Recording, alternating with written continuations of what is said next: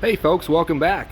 Got a parasitic drain on this 2000 F2 or F350 7.3 Powerstroke, and we're gonna go through and kind of show you what I found, because it's kind of a rare and unique sort of a deal that I haven't run across too many times. So anyways, right now we got a amp meter hooked on here in series with, we got both batteries unhooked. That battery unhooked. These are all actually tied together right here. So, and we got the meter in between there, and this is what we're reading as far as we got little 0.3, 0.4 amps or whatever. So it's almost half an amp. So yeah, it's going to drain the batteries over a span of a couple, 2-3 days, or at least enough to where you can't get the thing started. Okay, one of the things I like to do, you can kind of just go through here and find out, which one of these things. So basically, we got this thing off. It's been sitting.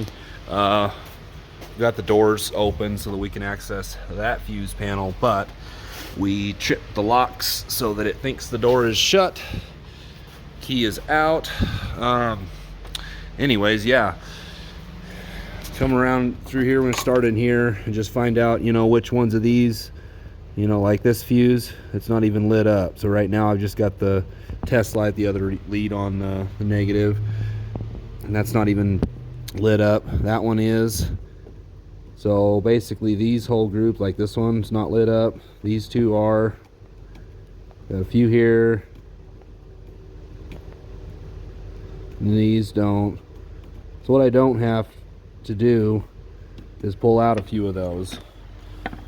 Just kind of makes it a little bit faster. Okay, so I popped each one of these out. Here's what we get when we pull out this 5 ampere here. Now we got a lot less. We plug it back in.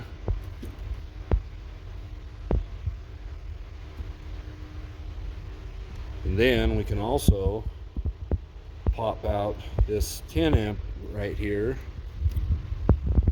Same thing. Pop it back in, doesn't matter either one, and it does about the same exact things. We need to figure out what those two fuses are. Okay, I got the service manual opened up here. We got fuse relay 5 and, or fuse, it says fuse relay location, but fuse 5 and 6, because it's these two right here. They're both the third one in on each side. So what are they? Well, if it's a gasoline, it's a 20 amp. If it's diesel, it's a 5 amp.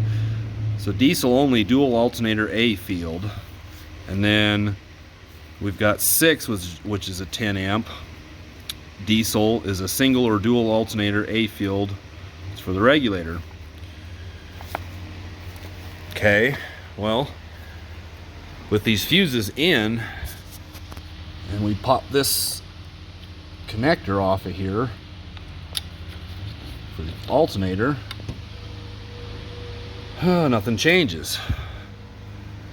And I haven't ever seen one set up with dual alternators, but that's what this one has.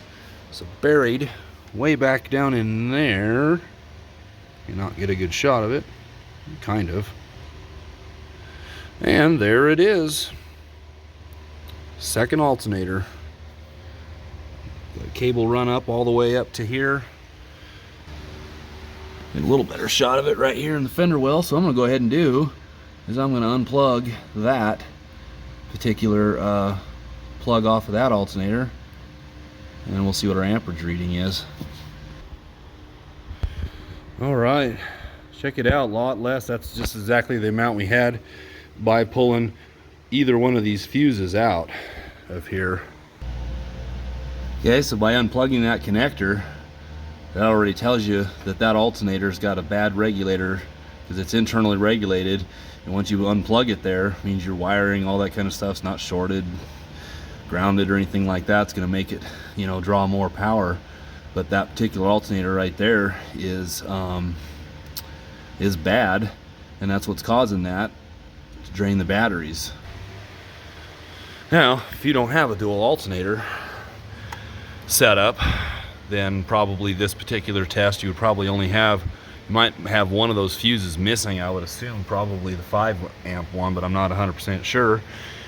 But anyways, you would have just unplugged this one right here. Now we can go ahead and plug this guy back in until she snaps. Maybe she's not snapping. We'll have to figure that out, but it's plugged down in there all the way and nothing changes. So this particular alternator is not causing the issue. But you see how we did that. You know, we found out just what fuses were lit up. We went in, just start pulling them until all of a sudden our amperage reading dropped. And then at first I was confused as to, you know, why I should have pulled this off. It's like, man, I should have seen something change, which could also mean you might have some wiring issues or something if you don't.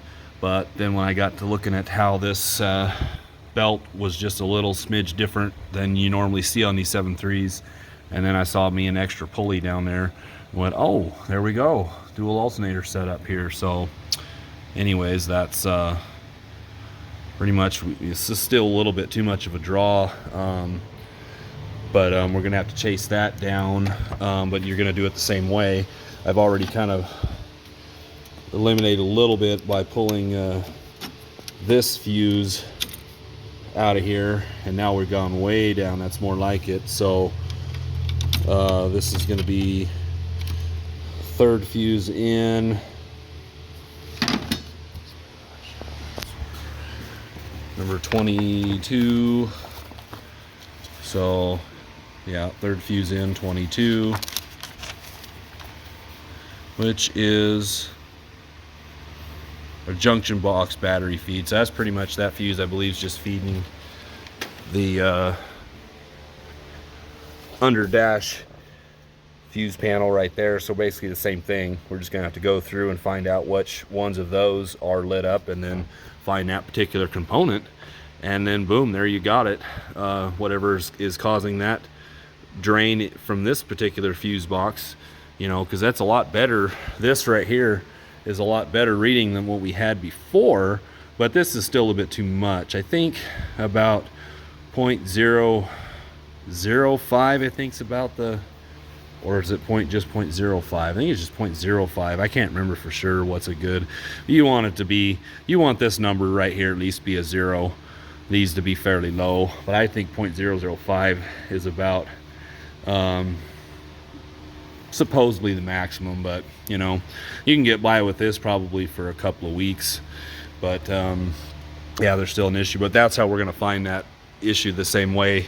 I'm not gonna film that unless I find something, you know, really interesting. It's just probably gonna be something like a, you know, could even be just I had another one of these. It had a fuel heater right in here. As a matter of fact, I can probably just go ahead and pop that plug off of there, and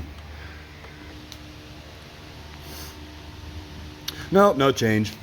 Last one of these I had at 7.3s I had in here with a battery drain that would take a couple of days. Happened to be the fuel heater stuck or whatever, and just by unplugging it, you get your battery drain back down to normal. Not this one, so we're gonna have to just keep on going. But anyways, I'll film it if it ends up being, you know, something cool. But the process is going to be the same exact way. We're just going to be moving into the dash, find out what component is there, and go from there. So anyways, thanks for watching. All right, so I came in here. This is what we're reading right now, this 0.124, and then I came in here and pulled out this 5 amp fuse here, and you can see it dropped. That would be perfect if it would be just like that, but anyways, that's not what we got going on. Okay, so that happens to be fuse 15, you know, stop lamp switch, the gem module, PCM, 4-wheel drive, analog brake module, the, you know, any of this cluster, and the PCM keep alive memory. So the PCM keep alive memory, I mean, I guess if it's bad PCM, it could be doing all this, because it says, you know, powertrain control module. We're gonna have to just figure out by unplugging each one of these things to figure out what component is causing that drain. First thing we can do is we can just push on the brake pedal, and you notice, see that goes up to 5 amps right there, 5.1. Then we release the brake pedal, back down to that, push it again, got our 5.1 almost. So it's obviously not the stop lamp switch. Probably gonna pull this down, unhook the gem module, see if that does it, and then we'll just keep moving along from there. Well, since I filmed it this far, I'll keep going as to what I end up finding. Okay, we got this thing rotated, you know, fuse box, gem modules right back in here, and we got our first plug off of the gem module there, and now we're down to 0.08, still a little too much. Okay, we got our other plug off of there now, and now we're at 0.02. That's a lot better. You can live with that. If it was just one of these plugs, you probably might need to track down. There might be something, you know, staying on as far as you know, these door switches or whatever not working. But this gem module is supposed to turn all of that kind of stuff off. Even if you leave the headlights on, that gem module is supposed to turn them all off, especially dome lights and everything. So even if you had a bad door switch and all that kind of stuff, it's supposed to turn all that stuff off. And with both of these plugs coming out of there, I cannot believe there'd be that many things in here that's causing that.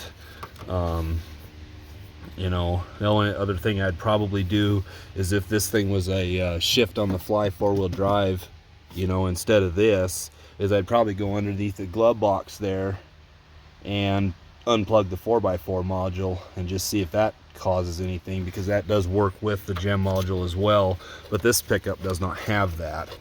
So basically, with this many things going wrong, and with this problem, I've had this before on other pickups.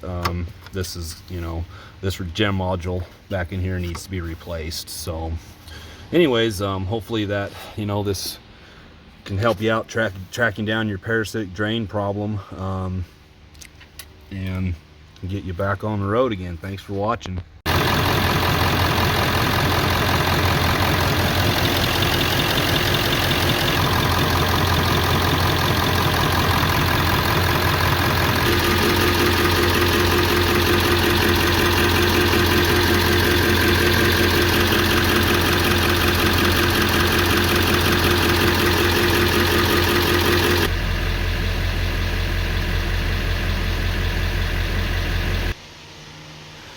I thought I'd just show that right quick. This alternator right here is charging and working with both batteries. You saw that I was pointing at that plug being off on this lower alternator still. This being a farm pickup and all that, and probably not really needing to use a dual alternator setup, they may just opt to just leave it like that. I don't know. But basically the fix is that we got to replace that other alternator because it's isolated out of the system. And we have no more issues with the battery drain. As far as that big battery drain, it was the alternator. The other drain is a gem module. So anyways, I don't know what they're going to opt to do with that as far as that goes, but you know, replacing the gem module, they don't need to be programmed. You just need to find the right one when you're replacing them. So, and they can be a little bit spendy, but anyways, yeah, that's that. So you can run these independently of each other. There's no lights on the dash. They're charging, and pickup knows it's charging, the ECM knows it's charging, all that stuff's good. So anyways, thanks for watching.